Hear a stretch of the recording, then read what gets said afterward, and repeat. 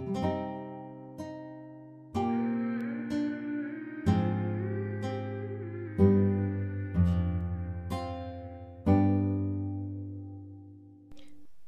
je ne vais pas y aller par quatre chemins pour dire que toute personne portant un chapeau haut de forme est un franc-maçon. Du moins, lorsqu'il s'agit du début des années 1900. Je ne fais confiance à aucune de ces personnes portant un chapeau haut de forme. Mais qu'est-ce qu'un chapeau haut de forme et pourquoi toutes les personnes de cette époque portaient-elles exactement la même tenue? C'est une question que nous ne nous posons jamais vraiment. Mais lorsque vous regardez ces vieilles photos, vous constatez que tout le monde porte la même chose. En particulier, tous les chapeaux d'entrepreneurs, les barons voleurs, qui ne sortaient pas de chez eux sans un chapeau haut de forme. Mais qu'est-ce qu'un haut de forme et quand tout cela a-t-il commencé? Lorsqu'il est question de haute forme, on parle généralement d'un chapeau haut de forme, d'un chapeau cylindrique ou d'un topper, qui est traditionnellement associé à une tenue de soirée dans l'Ouest et qui a vu le jour à la fin du XVIIIe siècle. L'industrie du chapeau de feutre remonte au milieu du XVIIe siècle en France et a probablement été introduite en Angleterre vers 1830. Depuis le début, le mercure a été utilisé dans le processus de création de ces chapeaux. Au début, le poil de chameau de Turquie était utilisé comme matériau de feutre et l'on a découvert que le processus était accéléré si les fibres étaient humidifiées avec de l'urine de chameau. On raconte qu'en France, les ouvriers utilisaient leur propre urine pour fabriquer ces chapeaux. L'urine d'un ouvrier était la plus efficace pour ces chapeaux de feutre et tout le monde était curieux de savoir pourquoi la pisse de cet homme était si efficace pour fabriquer les chapeaux de feutre. Eh bien voici l'histoire qu'on nous raconte. Cet ouvrier avait été traité pour la syphilis et à l'époque on lui injectait du mercure pour le guérir. Je crois que c'est ce qu'on nous dit. Donc cet homme avait du mercure dans son système. Il pissait sur les fibres pour que le feutre soit meilleur. Et comme il y avait du mercure dans son urine, on s'est rendu compte que c'était ça qui était responsable de la création des chapeaux en feutre de qualité supérieure. C'est la raison supposée pour laquelle ils ont commencé à mettre du mercure dans les chapeaux. Pour obtenir des chapeaux de meilleure qualité? Cela semble tout à fait étrange, car ils connaissaient parfaitement les effets de l'empoisonnement au mercure, puisqu'ils l'utilisaient pour la médecine et l'alchimie depuis des milliers d'années. L'empoisonnement au mercure provoquerait la démence et la maladie du chapelier fou, qui pourrait se caractériser par le délirium, des hallucinations et même des tendances suicidaires. Dans les cas les plus graves, cela produirait des tremblements dans différentes parties du corps, y compris la bouche et la langue, ce qui rendrait difficile le fait de parler correctement. Il s'agit là de cas de surexposition, mais avec juste la bonne quantité, ces effets peuvent être plus légers et durer des années sans que personne ne s'en aperçoive, produisant des effets tels que la fatigue, la perte de mémoire, des rêves vifs et la dépression. Mais qu'est-ce que la maladie du chapelier fou? L'exposition au mercure, même à de faibles niveaux pendant un certain temps, peut entraîner des problèmes de santé chez l'homme.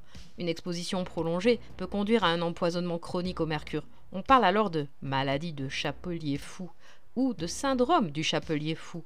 La maladie du chapelier fou provoque de graves effets neurologiques connus sous le nom d'éréthisme. Elle peut entraîner des symptômes tels que des maux de tête, des changements de comportement et des faiblesses. Puis du XVIIIe au XXe siècle, les chapeliers utilisaient le nitrate mercurique pour rigidifier le feutre des chapeaux. Ces chapeaux produisaient des vapeurs que les personnes qui les portaient n'absorbaient pas seulement par le cuir chevelu, mais inhalaient également dans les endroits mal ventilés. Au fil du temps, ces chapeliers ont commencé à présenter des symptômes, notamment la psychose, l'excitation et des tremblements dans tout le corps. C'était tellement courant que c'est littéralement de là que vient l'expression « fou comme un chapelier ». Pensez aux effets à long terme que cela pourrait avoir, surtout si la population n'était pas au courant et que cela était présenté comme la nouvelle mode. Je veux dire, tout le monde en portait à l'époque, et vous étiez un moins que rien si vous n'en aviez pas. Alors, y avait-il un but derrière tout cela? Nous connaissons tous le chapelier fou d'Alice au Pays des Merveilles, et pourquoi agit-il de la sorte? À l'époque de Lewis Carroll, le mercure était utilisé dans la fabrication des hautes formes et le chapelier présente toutes les caractéristiques de la maladie. un comportement erratique, flamboyant et stupide, ainsi que des sautes d'humeur, sont les symptômes les plus évidents d'un empoisonnement au mercure. Pourquoi Lewis Carroll a-t-il ajouté cette référence au chapeau haut de forme? Y a-t-il une vérité plus profonde dans ce personnage de chapelier fou? Ce qui est intéressant, c'est que dans les films les plus récents, on le présente plutôt comme un clown aux cheveux roux, comme une sorte de démon, un néphilim. Ce qui est également intéressant parce que des gens prétendent être visités par des esprits d'une nature similaire. Ils les appellent les démons du chapelier fou.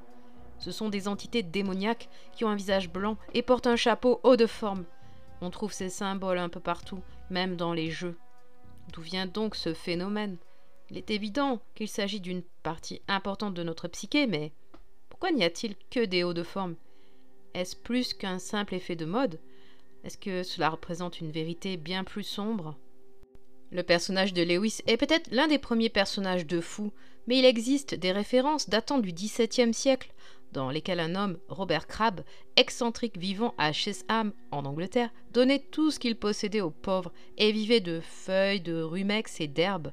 Cependant, il est possible que Carroll ait basé son personnage de chapelier fou sur un certain Theophilus Carter, qui n'était pas un chapelier mais un marchand de meubles, connu localement sous le nom de chapelier fou, en partie parce qu'il portait toujours un chapeau haut de forme. Il était excentrique et produisait des inventions farfelues. Cette expression, à l'origine, était utilisée pour décrire les personnes folles et sujettes à un comportement imprévisible.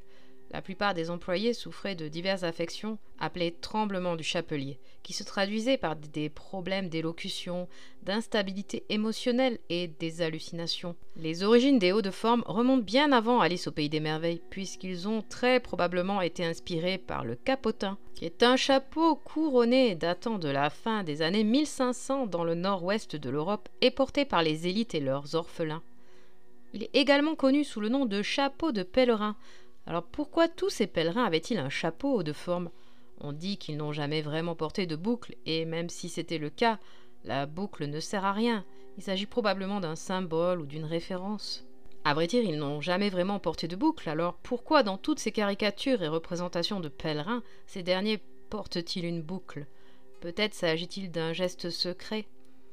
Ces premiers capotins ont donc inspiré les chapeaux de feutre foncé couronnés à larges bords qui ont connu une popularité fulgurante lors de la mode des vêtements de loisirs à l'époque de la Révolution des années 1770.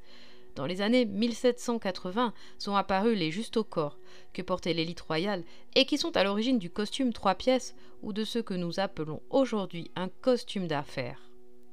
Ces chapeaux étaient ensuite fabriqués pour les capitaines ou capitaines qui portaient ces capotins, qui avaient de nombreux motifs, mais qui utilisaient très probablement encore du mercure pour le processus de raidissement.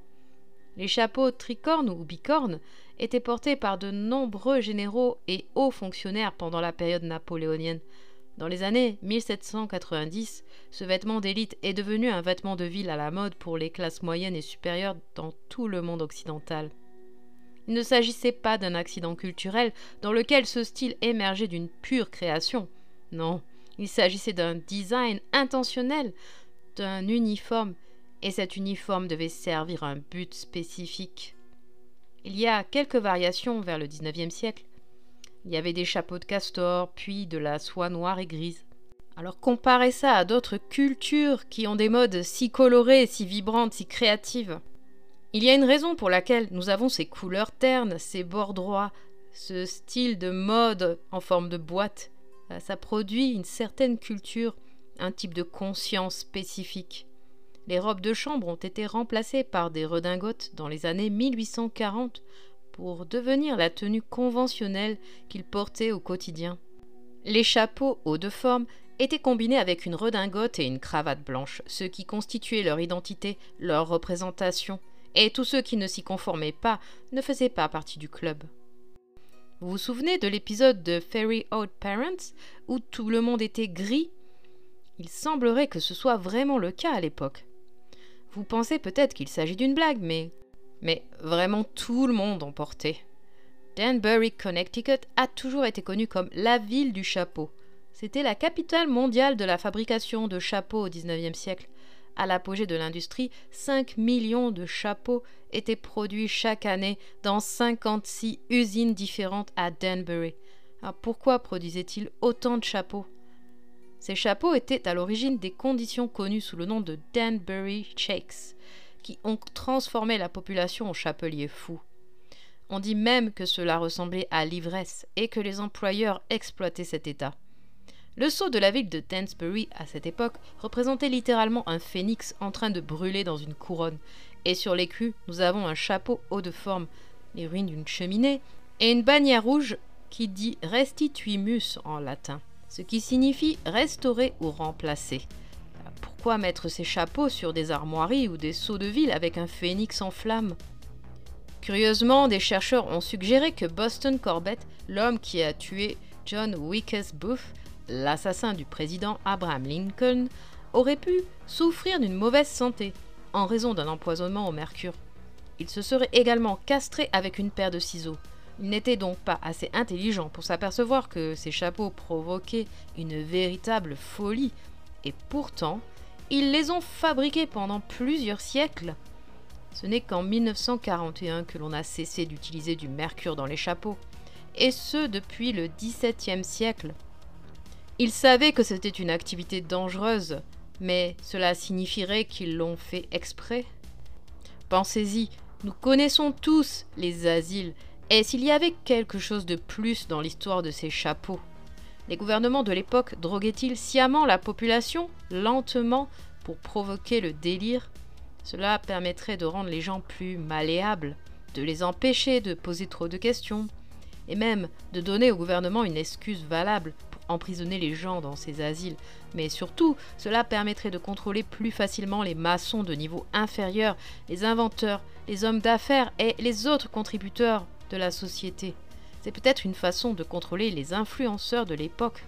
En outre, les chapeaux sont profondément enracinés dans l'art des gestes secrets, ou les moyens par lesquels une personne peut secrètement signaler qu'elle fait partie d'un groupe ou d'une société cachée. C'est l'histoire des bonnets phrygiens, mais aussi des chapeaux rouges visibles dans l'art de la Renaissance. Tous ces éléments n'étaient pas seulement utilisés pour signifier l'allégeance d'une personne, mais aussi pour contrôler les esprits. Si vous portiez un haut de forme, vous faisiez partie de la société maçonnique, vous étiez un homme d'affaires respectable. Cela explique peut-être pourquoi une grande partie de la population n'a pas remis en question les directives de ses supérieurs, y compris l'histoire qui lui a été transmise. Cela transformerait la ville ou le pays tout entier en un asile d'aliénés à plus grande échelle, une idée novatrice pour créer une conformité sans que la population ne s'en rende compte. Alors pensez à la façon dont cela s'est transféré dans les temps modernes. Bien sûr, ce n'est plus fait à travers les chapeaux, je veux dire que ça pourrait l'être, mais plutôt à travers le ciel, notre approvisionnement en eau, notre nourriture et même tout ce que nous regardons à la télévision. C'est un moyen de nous rendre tellement fous que nous ne pouvons pas voir la folie du monde dans lequel nous vivons. Bien sûr, on présente cette histoire avec des cas qui mettent en évidence l'empoisonnement au mercure et la folie de ces formes extrêmes. Mais on n'évoque généralement pas les effets sous-jacents et subtils de ces chapeaux hauts de forme sur la population dans son ensemble. Les photos et gravures anciennes montrent que tout le monde portait ces chapeaux hauts de forme. Existe-t-il donc des symptômes qui ne seraient pas aussi évidents que ceux qui sont typiquement représentés par les chapeliers fous, comme dans Alice au pays des merveilles? Et peut-être qu'il ne s'agissait pas toujours de mesures aussi extrêmes, mais plutôt d'un lent processus de médication.